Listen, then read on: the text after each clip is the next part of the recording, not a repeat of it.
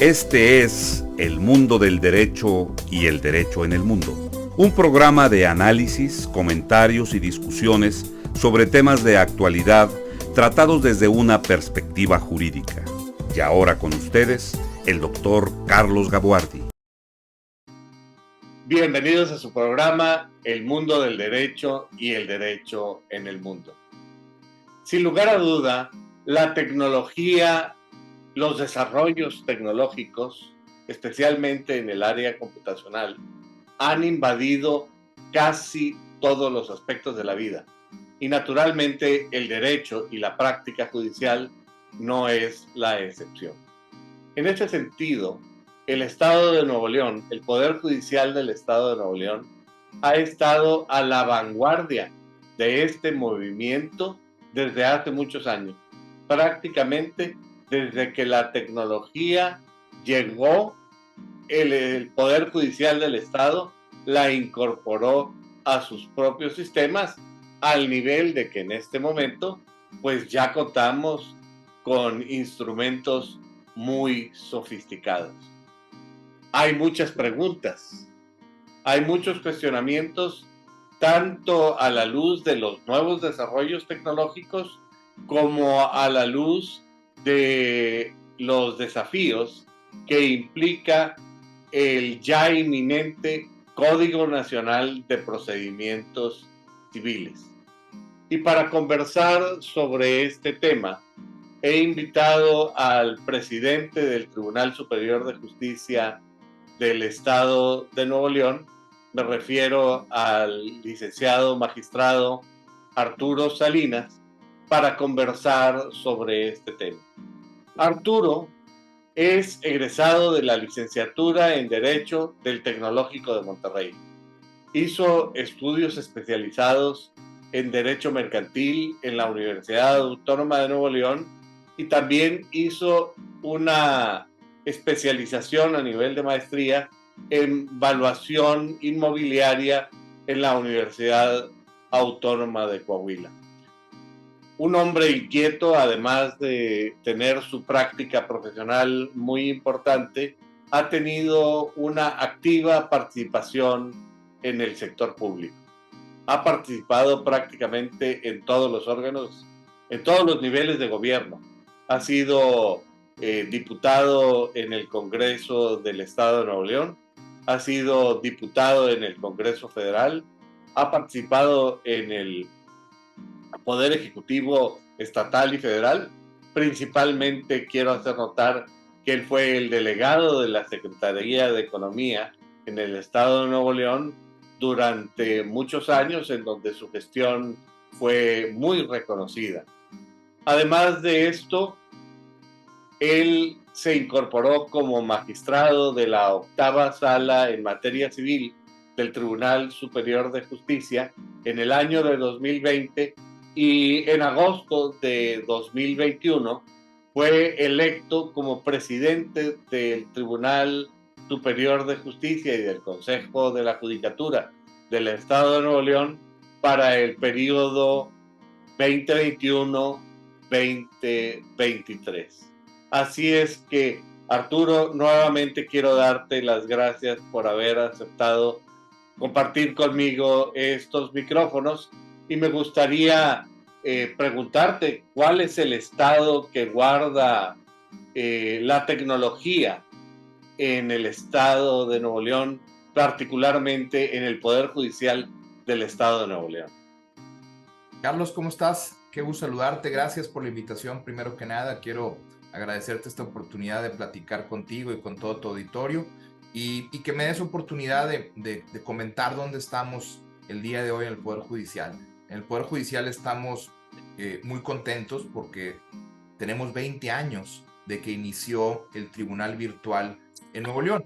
Para la gente que no ubica, el Tribunal Virtual es nuestra plataforma en la cual los ciudadanos, los abogados litigantes, el justiciable puede tener acceso a todos los juicios en los que sea parte de manera electrónica, puede presentar demandas, puede recibir notificaciones, puede hacer prácticamente todo adentro de esta plataforma Tribunal Virtual, y te diría que somos el único estado de la República que tiene una plataforma completa, robusta, que te permite presentar prácticamente desde la demanda inicial a través del Tribunal Virtual hasta su ejecución, todo a través de la plataforma del propio Tribunal Virtual.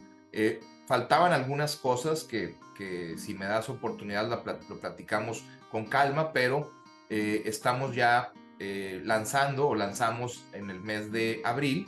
Tenemos prácticamente un mes y medio que iniciamos con el proceso de las copias certificadas electrónicas. Es decir, era una de las integraciones que faltaban en el Tribunal Virtual, porque cuando alguien quería sacar una copia certificada, como sabes, para una sentencia, sea familiar, para hacer una anotación en el registro civil, o una sentencia de otra materia para cualquier cosa, el registro público, un amparo, etcétera, pues había que tramitarla previo pago de derechos de manera física, es decir, había que acompañar el pago de derechos, hacer la solicitud, y nosotros teníamos que imprimir el expediente, foliar, rubricar, y firmar y entregarlo. Esto representaba el 20% de los trámites que se hacen en el Poder Judicial.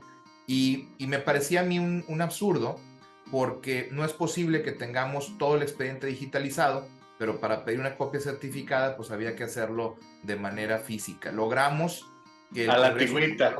A la antigüita, que implicaba 3 o 4 vueltas, más todo el desgaste de papel, de imprimir, de tiempo que se gasta en cuestiones administrativas, que se puede dedicar a la parte jurisdiccional. Logramos que el Congreso del Estado aprobara una reforma que presentamos para que en la ley de Hacienda del Estado se exentara el pago de derechos por la expedición de copias certificadas electrónicas. Y entonces, el día de hoy, la gente que quiere una copia certificada se puede meter al Tribunal Virtual, la solicita, le da clic y ahí se autoriza, y la gente la puede descargar, la puede imprimir, y con eso puede hacer su trámite sin necesidad de pagar un derecho ni sin necesidad de ir al juzgado a sacarlo. Sin lugar a duda, esto es un avance muy importante.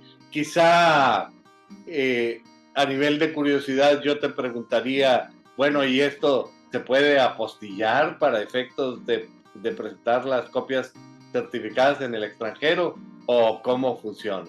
Porque me imagino que la certificación viene a través de un cifrado electrónico, como se firman los acuerdos. Correcto, nuestra firma es la firma electrónica con la que se firman las sentencias, los acuerdos, etcétera, y es la manera en que se expide la copia certificada. Y bueno, pues esta copia certificada tiene valor pleno, y bueno, pues tanto en juzgados de distrito como en dependencias lo están aceptando. Hemos en algunos casos hecho algunos convenios también de colaboración y de reconocimiento de todos estos documentos. Entonces, el día de hoy lo que te puedo decir es que la están aceptando en registro civil, en registro público, en los tribunales para amparos, etcétera. Y bueno, pues esto facilita muchísimo la labor de los procesos de juicio. Y estamos buscando todos los días cómo hacer más accesible la justicia, para que el sueño de que la justicia sea pronta y expedita pueda ser un sueño viable. Y tenemos que ir buscando dónde están todos los procesos. Si me permites, te cuento 3 cosas muy puntuales de dónde estamos en el Tribunal Virtual con tu pregunta. La primera es, prácticamente el 100% de las audiencias se están llevando de manera virtual. Por excepción, se hacen de manera presencial. ¿Esto qué ventajas tiene? Muchísimas, porque hoy podemos tener tantas audiencias como jueces disponibles tengamos, y no tenemos que estar sujetos a una sala física de audiencias. Por ejemplo, en materia penal, antes había solamente 16 salas de audiencia y teníamos 30 jueces. Quiere decir que solamente había posibilidad de llevar 16 audiencias simultáneas, porque eran las audiencias presenciales. Hoy, y los espacios físicos disponibles. Hoy los jueces que tenemos en materia penal, pues pueden llevar, que son 35 en este momento, pueden llevar audiencias simultáneas sin ningún problema. 2, en materia penal también tenemos un ahorro en tema de seguridad, porque anteriormente, cuando tú tenías una audiencia con reo, pues había que tener el traslado de reo, eso implica policía, seguridad pública y una serie de controles que sacamos policías de la calle, en lugar de estar brindando seguridad a los ciudadanos, pues tenían que estar vigilando a los reos y esto implica un ahorro impresionante. Entonces, y peligrosidad para el público, que eventualmente te enfrentaba el riesgo de una fuga, sujetos que eventualmente no eran tranquilos. Y entonces en todas las materias está funcionando así, incluida la laboral, que esto nos ha beneficiado muchísimo. Te digo un tema, Carlos, que para nosotros en lo laboral es muy relevante. El juzgado de lo laboral está en el edificio Villarreal, ahí prácticamente en Escobedo y 5 de Mayo, en la mera esquina, y hoy pues las partes de un juicio, los trabajadores, no se tienen que trasladar para tomar una audiencia. Y en el caso de los trabajadores, esto lo hace muy, muy inclusivo, porque si vives en García, vives en Juárez, vives en Cadereyta y tienes que ir a tomar una audiencia, primero son trabajadores que quizá fueron despedidos, no tienen dinero, hay que tomar 2, 3 camiones para llegar, ir a perder tiempo, y hoy se pueden conectar desde cualquier celular, computadora o módulos judiciales que tenemos a disposición de toda la ciudadanía. Y entonces, ¿dónde esté ubicado el juzgado de lo laboral? Ya no es relevante. ¿Por qué? Porque los abogados, porque las partes, porque los trabajadores no tienen que ir al juzgado físicamente. Segunda cosa, en donde estamos parados en el tema de tribunal virtual. Estamos también en este momento atendiendo prácticamente todo a través de un sistema de WhatsApp para sacar citas, un sistema de citas a través del tribunal virtual, y todo esto también nos permite tener eficacia y orden. Al principio, y te lo platico. Que además debo decir que está funcionando muy bien. Bueno, hacia allá iba mi comentario. Al principio hubo manifestaciones cuando teníamos el sistema de citas y la gente me decía pues que era un tema que ya se había acabado la pandemia, y yo lo que les decía es que el sistema de gestión de las citas no tenía nada que ver con la pandemia. Las llamadas que hacían a la presidencia, la mayoría eran abogados pidiendo que les ayudáramos a gestionar una cita en un juzgado. Como tú sabes, los jueces son independientes, cada quien maneja su juzgado, y era muy complicado buscar, decirles, pues denle una cita a tal hora, a tal gente, etcétera. Pero a través de un sistema de gestión, el Consejo de la Judicatura sí podía administrar los tiempos de los juzgados, porque esa sí es una función nuestra. Y entonces se creó este sistema de citas en el cual se hizo un algoritmo para saber cuántas citas pueden recibir cada juzgado diarias. Y entonces cada juzgado puede recibir alrededor de 10, 12 citas. Y entonces a través de una agenda virtual, la gente saca su cita y no hay manera que te pueda negar el acceso para el trámite que tú quieres hacer. Entonces es tan fácil, te tardas menos de 2 minutos en hacer la cita, te metes a tu computadora, dices voy al juzgado tal, expediente tal, voy a hacer una ratificación, pum, te da tu cita y te dice el día de hoy a la 1 de la tarde o mañana a las 9 de la mañana, y cuando tú llegas, entras directo y te tardas 15 o 20 minutos en ese proceso. Anteriormente, sin cita, pues podías estar horas esperando a que te atendieran en un juzgado, y eso implica pérdida de tiempo para todo el mundo. Pero te voy a dar un dato bien interesante, por lo que la gente al inicio decía que estábamos restringiendo el acceso. Antes del sistema de citas, más o menos recibíamos alrededor de 10,000 personas mensuales que iban a hacer algún trámite o que iban al juzgado. Hoy con cita estamos recibiendo más de 20,000 personas, y la gente se siente mejor atendida, mucho más eficiente, y todo el mundo aprovechamos mejor los tiempos. Entonces esto es de los cambios de paradigma que nos trajo sí la pandemia, pero también los cambios de paradigma de buscar ser mucho más eficientes para los ciudadanos. Aunque este cambio de paradigma no fue tan radical, porque ya en el momento en que inicia la pandemia, en el estado de Nuevo León, los abogados ya teníamos 18 años de experiencia con el tribunal virtual, es Claro. decir, con el uso de medios electrónicos. Esto me lleva a preguntarte, cuéntame, ¿cómo han sido estos 20 años? Yo recuerdo cuando iniciaron los procesos, había ciertas deficiencias, algunas cosas no eran tan claras, pero rápidamente se fueron arreglando las cosas, porque además una de las grandes virtudes del Poder Judicial del Estado, si tú me permites decirlo, es que oyen al usuario, están muy atentos a la experiencia del usuario y esto les permite ir mejorando. Cuéntame un poco de la historia y de esta actitud de apertura a oír lo que el usuario tiene que decir de su experiencia. Por supuesto. Mira, te platico primero que soy un afortunado porque a mí me tocó participar tanto en la dictaminación de la iniciativa, que la iniciativa se había presentado en 1999 y fue aprobada finalmente en el año 2002. A mí me tocaba ser diputado en esa legislatura y me tocó participar justamente en la comisión de dictamen en donde se aprobó la parte del tribunal virtual, y recordarás también los juicios orales, que fuimos pioneros también con el tema de juicios orales, sobre todo Sí, claro. en la materia de delitos viales, etcétera. Entonces, me toca participar en el año 2002 en esta iniciativa de tribunal virtual, que fue un paradigma muy complejo, porque hubo muchísima resistencia al cambio, porque teníamos, yo te diría, 5 cosas complicadas. Primero, aspectos económicos. La tecnología era muy cara. Sigue siendo cara, pero en el año 2002, pues una computadora, un servidor, eran grandes aparatos de un costo enorme. 2, las modificaciones legislativas que se tuvieron que hacer. Hoy el fundamento del tribunal virtual está en el Código de Procedimientos Civiles, pero ya logramos hacer algunas cosas que más adelante platicaremos para poder blindar el tribunal virtual de cualquier cambio legislativo estatal o federal.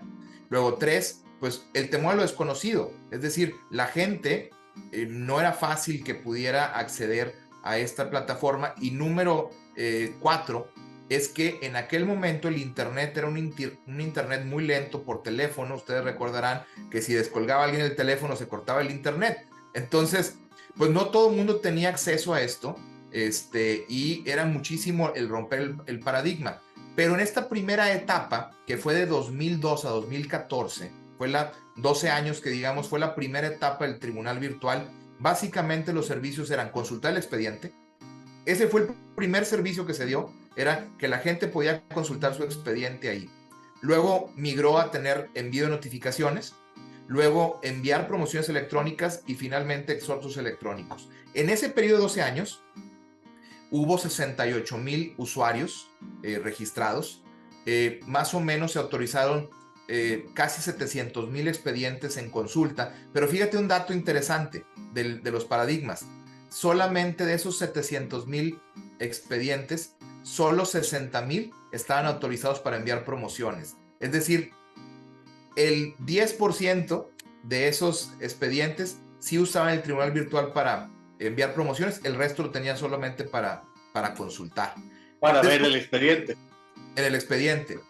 Y bueno, luego vino una segunda etapa, que es una etapa de 2014, yo te diría, a 2022, que fue cuando cumplimos los 20 años, que ya tenía una evolución el tribunal virtual. Ya podías consultar actuaciones, pero también podías enviar demandas, podías enviar promociones, podías tener audiencias virtuales, podías pedir edictos, tenías muchas cosas. Y hemos entrado a esta última etapa a partir de 2022, 2023, a la etapa, digamos, de evolución del tribunal virtual, en donde estamos incluyendo pues la parte de copias certificadas, estamos incluyendo el sistema. Fíjate que esto lo hemos platicado poco, pero hoy tenemos un sistema automático de emplazamientos. Tenemos un piloto que iniciamos en los juzgados civiles, en donde tú presentas la demanda y en automático el juez ya la manda a notificar, sin necesidad de que las partes tengan luego que ir a pedir que se haga la notificación y que les den un folio y luego llevarla a la unidad de medios de comunicación. No, ya el juez de oficio, por llamarlo de una manera, quiero ser cuidadoso en el término, porque no es de oficio, es de manera automática, porque las partes usualmente en su demanda solicitan que se notifique. Entonces de manera automática el juez genera el folio y lo manda a notificar, y ha funcionado muy bien en esta parte de buscar ir haciendo mucho más eficiente los procesos para los ciudadanos, para los litigantes. Y bueno, ahora tenemos también este sistema de citas que está incluido en el WhatsApp, para poderlo hacer a través de WhatsApp, hacerlo a través del tribunal virtual, porque cuando yo llego a la presidencia, Carlos, la principal queja con la que me encontré es que decían que la gente, que no contestaban los teléfonos. Y era cierto. Y no es que no los contestaran, es que estaban saturados. Claro. Entonces, cuando abrimos la comunicación con el WhatsApp, cuando abrimos la comunicación a través de las citas del propio tribunal virtual, cuando empezamos a buscar que hubiese otra manera de comunicarse, pues obviamente se volvió mucho más eficiente este tipo de cosas, ¿no? Sí, además de esto, actualmente el tribunal virtual ofrece la posibilidad de un despacho virtual, ofrece la posibilidad de que tú ahí crees tus propios formatos para las actuaciones, para las promociones que tienen que hacer.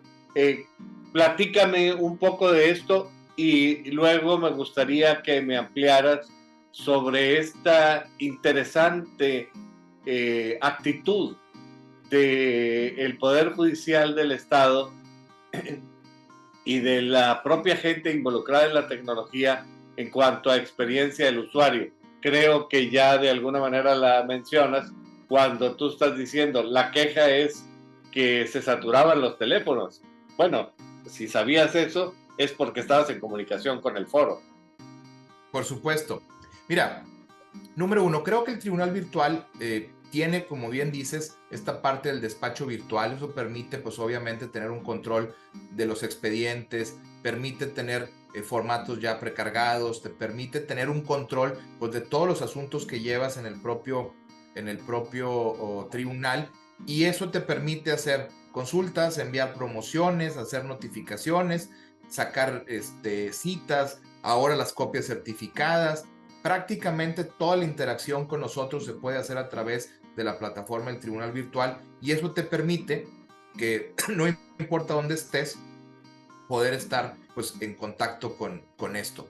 Esto que dices del foro es bien interesante. Nosotros tenemos un área de calidad, y en esta área de calidad medimos absolutamente todo lo que pasa en el tribunal, y en esta medición pues nos damos cuenta dónde tenemos áreas de oportunidad para estarlas mejorando.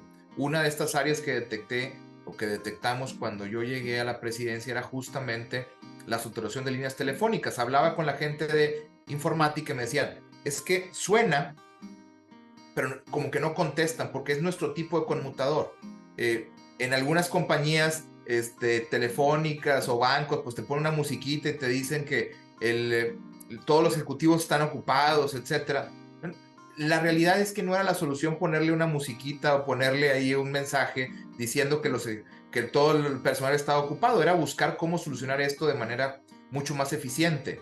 Y afortunadamente nunca han utilizado esos laberintos sin fin de marque el 1, claro, salte al 4. Y entonces nos dábamos cuenta, a ver, ¿para qué hablaba la gente por teléfono? Entonces nos dimos cuenta que hablaba la gente por teléfono para pedir una cita. Entonces, si la gente hablaba para pedir una cita, pues vamos a hacerlo más fácil, y por eso se creó el sistema de citas electrónicas. Luego, 2, hablaban justamente para buscar hacer trámites de copias certificadas, porque hablaban a la Guapa o hablaban a la UMC para hacer notificaciones, y dijimos, bueno, pues hagámoslo automático también, ¿no? Y luego hablaban también para buscar hacer consultas diversas, de horarios de nuestras sedes judiciales, en fin, todos estos servicios hoy los encuentras en el WhatsApp web, en el bot de nuestro chat, y te va guiando. Y solamente para hacer ahorita una referencia, prácticamente en el servicio de WhatsApp tenemos ya 20,000 personas que lo usan habitualmente, y el promedio de respuesta en el WhatsApp es de menos de 2 minutos. Entonces, la gran diferencia con el WhatsApp que con el tribunal virtual, y ahora sí que hay para todos, es que acabas hablando con un personal del juzgado. El que te está contestando es un asistente, es un del propio juzgado. Entonces acabas hablando. Es decir, es una persona real. Exacto. No es un robot. Es correcto. Entonces, para mucha gente, pues eso les gusta y lo hacen a través de ¿cómo se llama? Del WhatsApp o el asistente virtual. Y aquí estoy viendo, el promedio es de 1 minuto 94 segundos. 2 minutos prácticamente es nuestro tiempo de respuesta. El tiempo máximo que tenemos es de 3 minutos con 5 segundos, ¿no? Entonces, esto nos ha servido mucho porque aligera la carga, porque también es cierto, Carlos, que no todo mundo está sentado en una computadora. Entonces, hay gente que le hace más fácil, sobre todo abogados quizá que no están tan familiarizados con la computadora, pero ya se familiarizaron con el celular. Entonces es más fácil oprimir el WhatsApp y seguir ahí en el mismo WhatsApp sin tener que llamar por teléfono en lugar de hacerlo en el tribunal virtual, que es igual de sencillo, ¿verdad? Bueno, aquí en Nuevo León debo decirte que hasta los abogados de esas edades que se supone que no usan la tecnología, ya le perdieron el miedo a la tecnología, claro, y conocen perfectamente cómo usarlo. Creo que esta misma apertura del tribunal virtual ha alfabetizado tecnológicamente a los abogados, y para el foro no implica realmente ninguna dificultad el uso de herramientas electrónicas, pero sí me doy cuenta que, por ejemplo, la aplicación que se usa en los teléfonos está diseñada para los teléfonos y es muy amigable. Fíjate, aquí está, no sé si se vea, el chat del Poder Judicial. Le puse hola inmediatamente y ahí te despliega. Te puedo ayudar con las siguientes opciones: números telefónicos, servicio de citas, centro de atención de la unidad de medios de comunicación, etcétera, ¿no? Entonces, es muy sencillo, es muy amigable. Entonces, lo haces muy rápido y hay que acordarnos algo. El WhatsApp en la mayoría de las compañías telefónicas es gratuito. Entonces, también democratizas mucho el uso. Es decir, no tienes que tener un servicio de internet, porque casi todo el mundo en su teléfono, en su paquete, en su plan, aunque sean de prepago, el WhatsApp siempre está incluido. Y es una manera también que pueden estar en contacto con el tribunal virtual sin tener necesidad de tener pues un servicio de ¿cómo se llama? De internet, ¿no? Entonces, eso nos ha ayudado mucho en este proceso. Entonces, nos vamos dando cuenta de las necesidades de la gente y vamos resolviendo esos problemas. Entonces, ¿cómo funciona hoy el sistema de citas? Tenemos 3 maneras de hacer una cita. Puede ser telefónica, que yo siempre les digo, no se las recomiendo, porque es más sencillo hacerla por el tribunal virtual o por el asistente virtual, es decir, por el WhatsApp. La segunda forma es justamente en estos procesos electrónicos, tribunal virtual o asistente virtual. Y la tercera es que pusimos en todos los juzgados, en todas las sedes judiciales, en las recepciones, un módulo de atención a usuarios. Si alguien llega sin cita, tú llegas al módulo y le dices, no tengo cita, pero quiero ir al juzgado primero civil. Y te van a decir, déjeme hablo. Y hablan al juzgado y le dicen, sí tengo ahorita espacio, que suba. O le dicen, lo puedo atender en 50 minutos, que regresen 50 minutos. Y entonces a esa hora ya sube y lo atienden. Y entonces también hacemos muy fácil el uso de las citas para que nadie tenga un pretexto de que no está funcionando. Y se me olvidó decirte algo más acerca del tribunal virtual que me ha llamado mucho la atención y que tiene mucho que ver con esta parte de ser un sistema que permita que todo el mundo pueda trabajar, sobre todo en los temas de género. Muchas mujeres me comentan en los foros jurídicos donde asisto que el tribunal virtual les permite litigar. Es decir, pueden tener un rol de madre en algunos casos o de encargados de casa, etcétera, y al mismo tiempo pueden ahí tomar su audiencia, pueden presentar sus escritos sin necesidad de salir de su casa. Entonces eso también les permite a muchas personas, o alguien que tenga una discapacidad, o alguien que no se pueda trasladar por X o Y razón, hace mucho más incluyente el que se pueda la gente tener este acceso a la justicia, trabajar y poder participar sin ningún problema.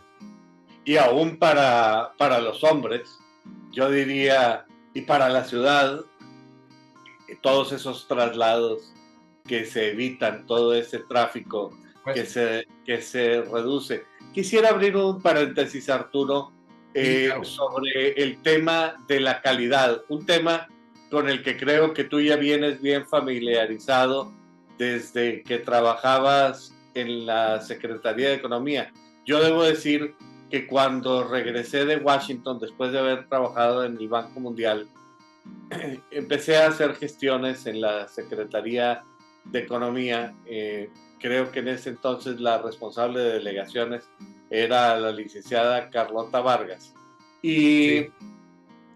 yo me quedé asombrado de la eficiencia de la Secretaría de Economía como resultado de la implementación de estos programas ISO, que después creo que ya no lo quisieron pagar y volvió a ser el mismo relajo de siempre. Pero hubo un momento en que realmente era un modelo de eficiencia. Esto, ¿cómo lo has trasladado acá al Poder Judicial y cuál ha sido tu experiencia? Fíjate que durante los 6 años que me tocó ser delegado, nosotros siempre tuvimos el programa de ISO 9001-2000, y nosotros teníamos, además, los delegados, un compromiso que le llamamos contrato con el cliente, y era, obviamente, el poder mantener los tiempos de respuesta, y así nos medían porque los tiempos de respuesta en materia de economía, de comercio, se vuelven muy importantes. O sea, una empresa que tenga parado la maquinaria, ¿no? Y no le das en aquel momento un programa PITEX, luego un IMEX o lo que sea para poder importar las maquinarias o los productos, etcétera, pues es dinero que se está perdiendo y es competitividad que se va. Cuando yo llegué al Poder Judicial también, había un departamento de calidad, sí, pero creo que a veces la gente tiene departamentos de calidad, pero la calidad hay que empoderarla, hay que darle seguimiento, hay que realmente aprovechar la información que generan en beneficio de. Entonces me ha tocado mucho estar en contacto con el área de calidad. Hicimos estos programas de ir llevando la estadística de las cosas, la opinión de los clientes, la mejora, porque tú sabes que lo que no se mide no se puede mejorar. Entonces empezamos a medir tiempos de respuestas, empezamos a medir dónde estaban los cuellos de botella y, por ejemplo, hay juzgados, ¿no?, en donde les mandamos apoyo, entre ellos el área de calidad, para que les ayuden a rediseñar sus procesos y poder hacerlos más eficientes. Por ejemplo, el juzgado de exhortos, por ejemplo, algunos juzgados foráneos, y de ahí salen ideas novedosas como, pues, que juzgados, por ejemplo, los foráneos que tienen menos carga de trabajo, puedan auxiliar a juzgados que están en la zona metropolitana que están más cargados. Por ejemplo, el juzgado de China ayuda al juzgado de Guadalupe, por ejemplo, familiar tradicional. Entonces, así vamos haciendo combinaciones para aprovechar la información que nos da el compromiso con el cliente. Es que la virtualidad prácticamente acaba con el problema de localización geográfica. Totalmente. Porque además de esto, en el Poder Judicial del Estado de Nuevo León no ha sido una situación de concentrar la virtualidad en la capital del estado, sino que estos mismos avances tecnológicos se han implementado exitosamente en los juzgados de todas y cada una de las sedes judiciales que hay aquí en Nuevo León. Y fíjate, Carlos, que como tú sabes, pues no hay juzgados en los 51 municipios del estado. Tenemos distritos judiciales y prácticamente tenemos 44 municipios en los que no tenemos una sede judicial o un juzgado.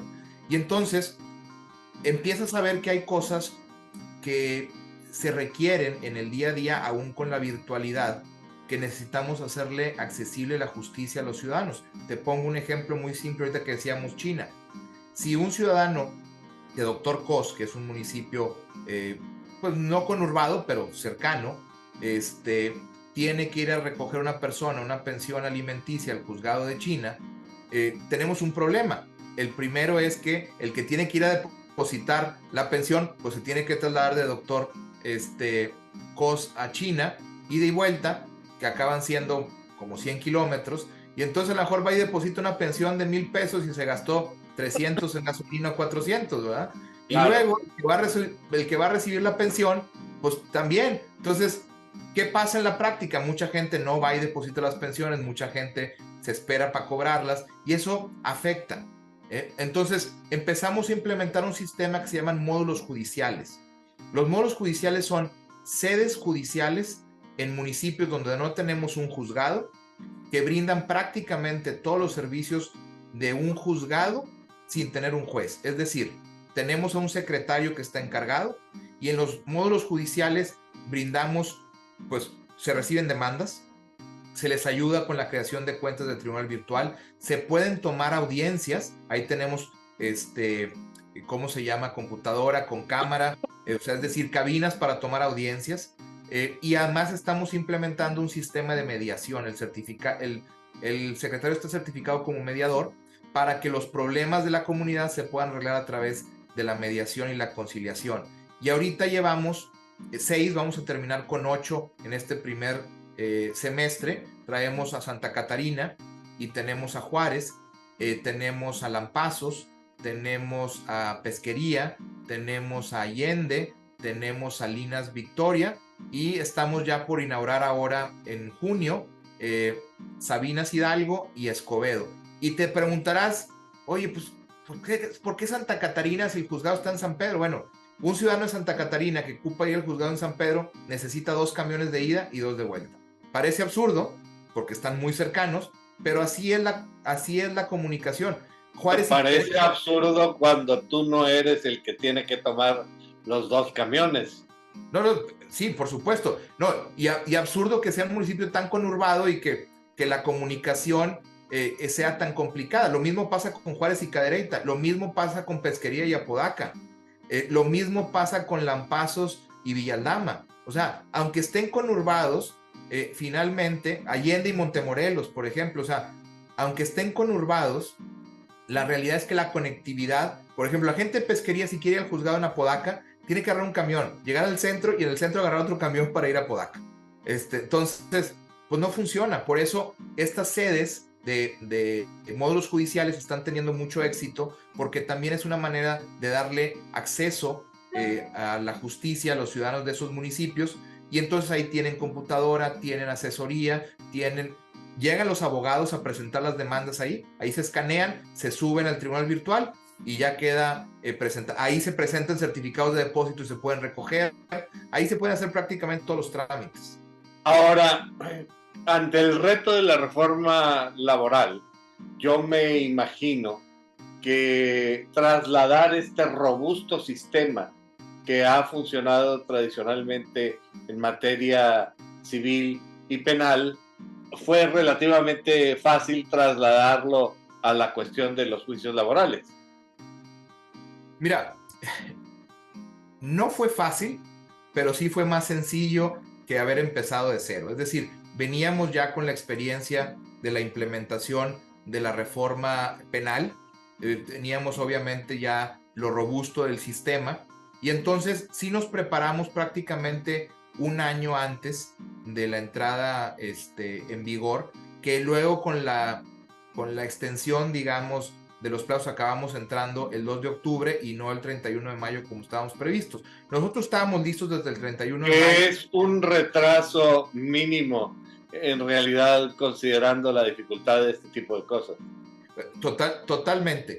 Pero déjame te platico, entonces, copiamos el modelo del tribunal virtual.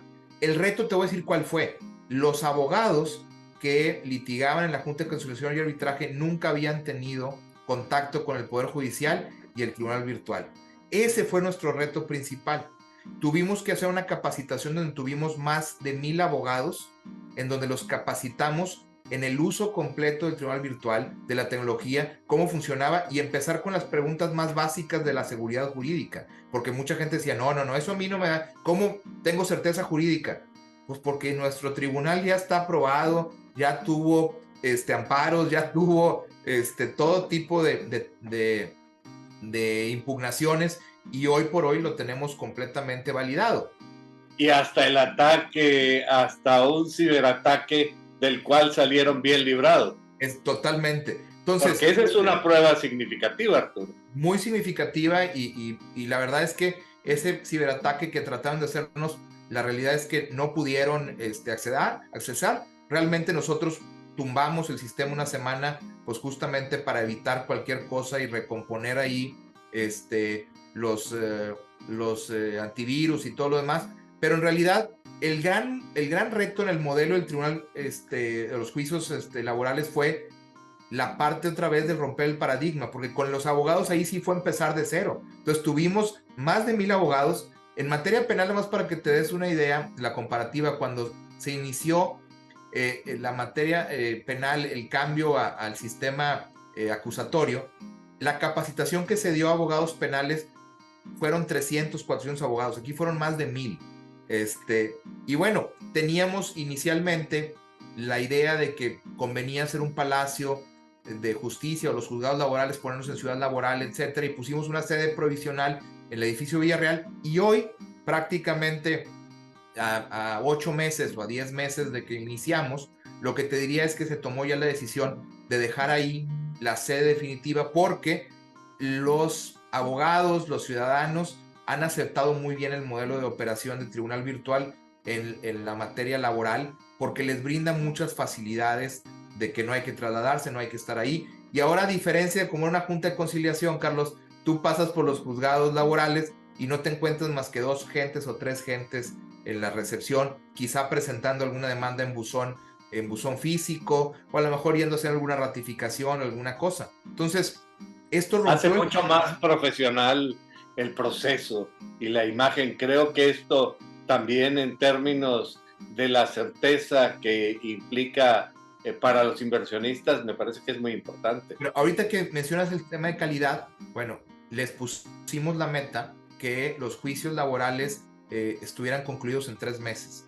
Y te puedo decir que de los más de 800 juicios que tenemos ahorita, prácticamente todos están dentro del parámetro de tiempo que fijamos para la resolución de sus juicios. Sin lugar a duda, la calidad y la fortaleza del Tribunal Virtual del Estado de Nuevo León, del Poder Judicial del Estado de Nuevo León, es modelo a nivel nacional. En mi opinión, es muy superior al sistema del Poder Judicial Federal. Quizá esto tú no lo podrías decir, pero yo sí lo puedo decir como usuario de los dos. Y algunos litigantes me dicen que es el mejor tribunal virtual de la República Mexicana, aunque hay también algunos esfuerzos interesantes en otros estados. Yo lo que te preguntaría es, desde la perspectiva de las asesorías, ¿los buscan a ustedes para que asesoren en diferentes estados? Y yo creo que hasta podrían asesorar a otros países. Fíjate que nos han buscado de otros estados y de otros países. Hemos recibido con muchísimo gusto a colegas de otros estados, de Durango, de Jalisco, de Tamaulipas, de muchos estados, de Aguascalientes, de Chihuahua. Con mucho gusto los hemos recibido, les hemos presentado el modelo de tribunal virtual, y evidentemente se quedan asustados porque es una inversión muy grande, Carlos, y hay que entender la inversión que hay detrás de esto, y que Roma no se hizo en un día, ¿verdad? Tenemos 20 años de ir perfeccionando el sistema, y que si alguien lo quisiera hacer de la noche a la mañana, pues no habría a lo mejor suficiente dinero, y aunque lo tuvieras, pues la implementación no es hacer un chasquido de dedos, es decir, implica desarrollo de software, implica escanear los documentos, implica... Y mover la nariz, ¿verdad? Exacto. Entonces, es un reto pero hay que empezar. O sea, el segundo mejor momento para sembrar un árbol es ahora. Entonces, hay que empezar. De hecho, una de las grandes discusiones que hubo en el Código de Procedimientos Civiles y Familiar fue el capítulo de justicia digital. Porque en un principio no se incluía, finalmente se incluye algo de este tema. Y bueno, también nos han visitado y estamos colaborando con Estados Unidos, que el consulado está muy cerca de nosotros, ha venido gente de otros países de Latinoamérica y la realidad es que se quedan asustados porque nadie tiene esta Perdón. salud, esta integración que tenemos nosotros. Entonces, pues sí, somos un modelo a nivel nacional e internacional único, porque somos el más integrado. Nadie tiene esta integración total como la tenemos nosotros y sobre todo hay un tema que sí vale la pena decirlo, es gratis. Hay otros modelos donde cobran como una membresía. Oye, y espero que en el tema del Código Nacional de Procedimientos Civiles los hayan oído, porque en el foro uno de los temores que hay es que estas fuerzas centrípetas que funcionan en México vayan a echar por tierra todo el gran esfuerzo que se ha hecho aquí en Nuevo León. Fíjate que previendo eso, Carlos, te platico que desde el año pasado, cuando promovimos diversas reformas, tanto para la laboral como para las copias certificadas, etcétera, vimos la necesidad de blindar el tribunal virtual. Actualmente o anteriormente, el fundamento legal del tribunal virtual estaba en el Código de Procedimientos Civiles del Estado. Lo que hicimos nosotros fue darle un fundamento constitucional. Se le dio también una reforma a la ley orgánica del Poder Judicial, donde ahí se establece el fundamento de operación del tribunal virtual y entonces mediante acuerdos generales del propio Poder Judicial y del Consejo de la Judicatura, tenemos la facultad de establecer mecanismos electrónicos para llevar a cabo todo nuestro proceso. Es decir, blindamos el uso del tribunal virtual desde la Constitución, desde una ley de carácter constitucional como es nuestra ley orgánica del Poder Judicial, y eso nos faculta al Consejo de la Judicatura y al Tribunal Superior de Justicia para tener los acuerdos generales que le dan sustento al uso de esta tecnología. Pues ojalá que esas olas que vienen del centro no echen a perder todo lo que se ha hecho, porque normalmente son como chivos en cristalería. Pero a mí me parece que es la siguiente cosa importante, y esto pues ojalá que sea una cuestión contingente que no ocurra, es que si llega a ocurrir, el Poder Judicial del Estado se pueda parapetar frente a las autoridades centrales. Así será. La siguiente pregunta es, ¿qué viene en el futuro? Porque yo creo que una de las características que se han visto en el Poder Judicial del Estado, y si no las personas no lo han seguido, con solo seguir tu narrativa, habría que estar muy atento para observar que constante y dinámicamente se van mejorando cosas, que se está escuchando al usuario, que se está implementando, que los propios técnicos en computación están muy enterados de cuáles son las necesidades, son muy amables en su trato, la verdad. Y la pregunta es, ¿qué viene? Porque lo último, pues, es lo del WhatsApp, pero, pues, hombre, ¿qué van a poner el chat GPG o qué? Pues sí, justamente, qué bueno que lo dices. Esta semana tuvimos ya un encuentro con la Secretaría de Seguridad Pública porque estamos por lanzar el sistema integral de seguimiento. ¿Qué significa este sistema integral de seguimiento? Es justamente para las medidas cautelares en materia penal. Hoy, las medidas cautelares en materia penal, cuando a alguien se le impone, pues no sé, la obligación de ir a firmar o de no salir de la ciudad de Monterrey o del estado de Nuevo León, pues esta vigilancia queda a cargo de la unidad de medidas cautelares, de la UMECA, que pertenece a la Secretaría de Seguridad Pública.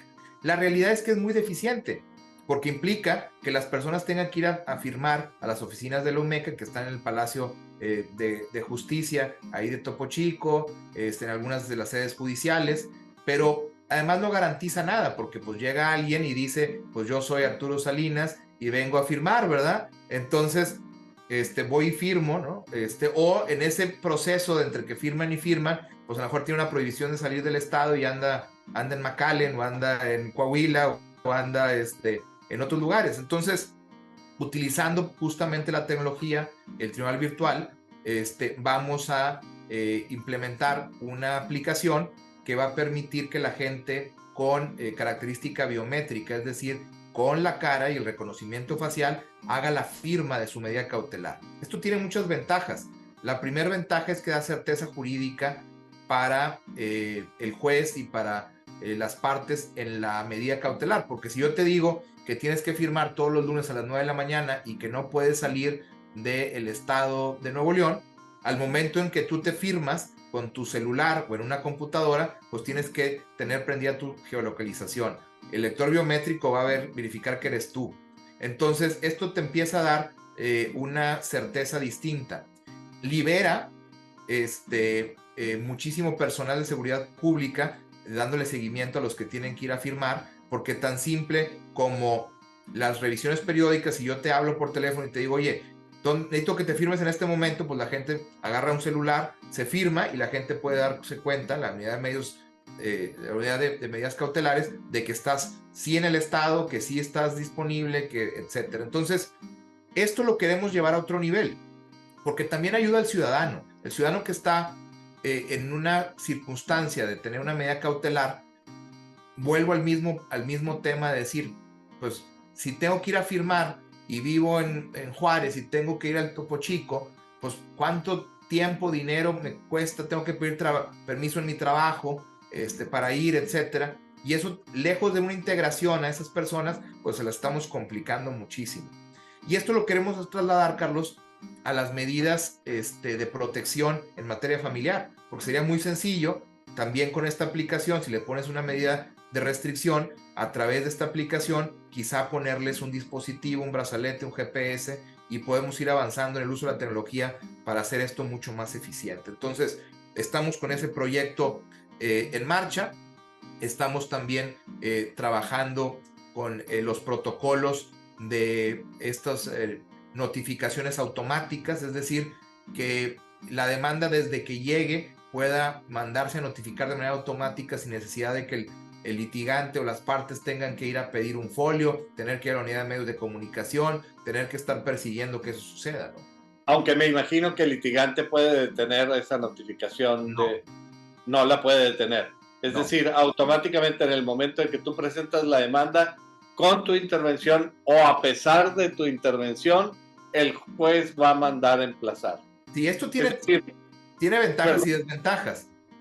La ventaja que tiene es que hace el proceso mucho más eficiente. La desventaja es que aquellos abogados que presentan demandas y las dejan ahí dormidas solo para que no vaya a tener una prescripción, etcétera, bueno, pues ya no será su medio idóneo para mantener viva una acción legal. Es decir, se va a llegar y se va a notificar, ¿verdad? Sí, porque junto al interés privado que puede haber para mantener una demanda en suspensión, está el interés público de que eso está costando. Es decir, correcto. Realmente, a mí me parece, Arturo, tú hablabas del sueño de que la justicia sea rápida y expedita. Yo creo que esto, más que un sueño, debe ser una realidad con contenido fundamental, y me parece que se está logrando. Y me parece que se está logrando, además, otro de los grandes retos que ha enfrentado tradicionalmente la justicia, que es el acceso a la justicia. Claro. Ahora, al estar conversando sobre estos temas, yo quisiera, por un lado, comprometerte a que en el futuro te vuelvas a reunir conmigo en estos micrófonos en donde la vida te llegue a poner, porque entiendo que tu periodo termina ahora en agosto o se renueva en agosto. Mi periodo termina el 31 de agosto, perdón, el 1 de agosto, y tengo la oportunidad en mi caso de buscar una reelección. Ok, y en este caso, bueno, pues si eres reelecto, como a mí me gustaría que sucediera, pues esto te permitiría consolidar muchas de las cosas que has avanzado, y bueno, pues ya sea como presidente del tribunal o como ciudadano, creo que siempre tendremos temas que conversar. Pero al irse acercando el fin natural del programa, a mí me gustaría pedirte que dirijas un mensaje a la comunidad, tanto desde tu posición de jurista, puede ser inclusive un mensaje ético, pues después de todo, tú fuiste miembro de la Fraternidad Jurídica Phi Delta Phi, donde se promueve la ética profesional, y a mí me gustaría que tú llevaras un mensaje a los ciudadanos, a los justiciables. Por supuesto. Primero, Carlos, agradecerte la invitación y yo te quiero comprometer al revés. Te quiero comprometer a que el 1 de agosto me acompañes en el tribunal a el informe de labores. Me gustaría muchísimo que acudieras como invitado, que Muchas gracias. el informe de lo que estaremos presentando de trabajo de este último año, porque creo que vale la pena difundir y que la gente vea lo que estamos haciendo, que aquí en Nuevo León pareciera en algún momento que ya nos acostumbramos a esta calidad, a esta justicia de avanzada, y que con justa razón siempre queremos más. Entonces, me gustaría mucho que nos acompañaras. Y yo lo que le podría decir a tu auditorio es que en el Poder Judicial estamos trabajando básicamente en 4 grandes rubros. El primer rubro, para mí, el más importante, es justamente el tema de acceso a la justicia. El tema de acceso a la justicia es algo que sin duda es importante para todos los ciudadanos, y en este tema de acceso a la justicia estamos trabajando pues justamente en estos módulos judiciales que comentábamos durante la conversación. Estamos trabajando en nuevas sedes judiciales. Se abrió la sede judicial de Apodaca. Queremos aumentar los juzgados en García. Queremos, por supuesto, tener estas plataformas donde la gente pueda estar trabajando de mejor manera con nosotros.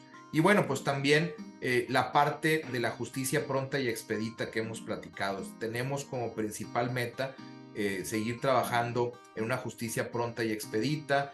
Tenemos la parte de los convenios de colaboración. Acabamos de firmar con la Comisión Nacional Bancaria de Valores un convenio para que todas nuestras comunicaciones sean electrónicas con ellos, y un proceso que demoraba semanas o meses para mandar un exhorto a la Comisión Nacional Bancaria para hacer un embargo de una cuenta o tener una información de una cuenta, pues hoy lo podemos realizar prácticamente con un correo electrónico de manera casi automática, y eso es buscar que la justicia siga siendo pronta y expedita. Este es, digamos, el punto toral y central que hoy tenemos. Y para que eso se logre, se requiere, número 1, fortalecernos desde el interior. Y estamos buscando tener un poder judicial más fuerte, con capacitación. Estamos prácticamente promoviendo que todos los que formamos parte del Poder Judicial tengamos una preparación académica constante. Hemos firmado convenios de colaboración con la Universidad Autónoma de Nuevo León, con la Universidad de Monterrey, con los centros de especialidades en materia penal. Estamos buscando que la gente tome maestrías, doctorados. Abrimos nuestra primera maestría en argumentación jurídica en el propio Instituto de la Judicatura del Estado de Nuevo León. Estamos por abrir una maestría en Derecho Penal, y tenemos que seguir fortaleciendo al Poder Judicial desde dentro para que el objetivo de brindar una justicia pronta y expedita y mejorar el acceso a la justicia lo podamos hacer, pues obviamente de manera mucho más puntual. Y acabaría diciéndoles que nosotros estamos abiertos a escuchar.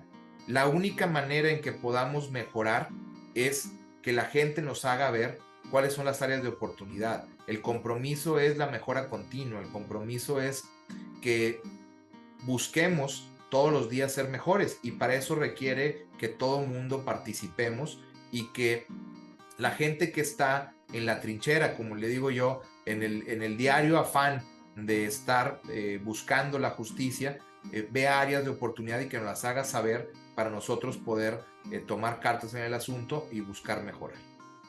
Pues Arturo, nuevamente no me queda más que agradecerte tu generosidad y apertura al tratar todos estos temas que creo que son muy importantes, no solamente para el foro, sino también para los ciudadanos que eventualmente tienen que recurrir y con frecuencia reclaman justicia.